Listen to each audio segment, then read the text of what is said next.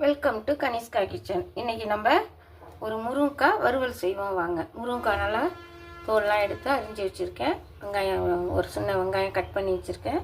ஒரு சின்னதாக தக்காளி வச்சுருக்கேன். இதை எப்படி செய்யலான்னு பார்ப்போம். வாங்க. இப்போ நம்ம இந்த கான் பொரிச்ச எண்ணெயிலேயே கடுகு போட்டு வதக்கிக்குவோம்.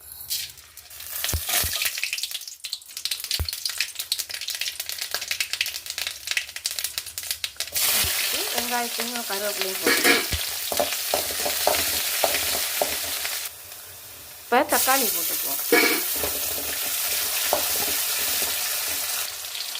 இதோட முருங்கைக்காயும் சேர்த்து போட்டுடுவோம்.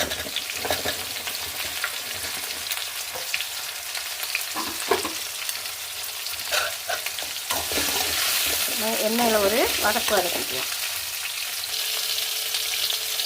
1/2 டீஸ்பூன் மஞ்சள் தூள் போட்டுக்குவோம்.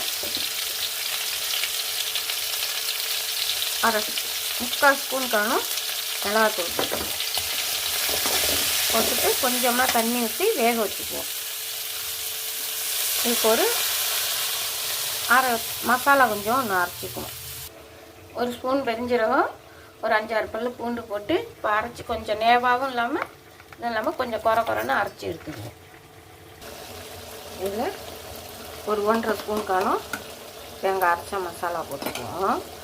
தேவைக்கு தக்கன உப்பு போட்டுக்குவோம். இது நல்லா வெந்து சுண்டி வரட்டும்.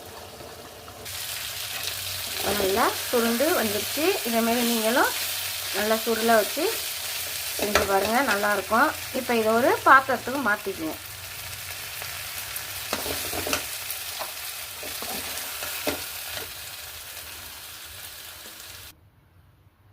இதேமாரி நீங்கள் செஞ்சு சாப்பிடுங்க. சத்தானது, இரும்பு சத்து அதிகம் உள்ளது. பெரியவங்கலேருந்து சின்னவங்க வரையிலுமே நல்லா சாப்பிட்லாம்.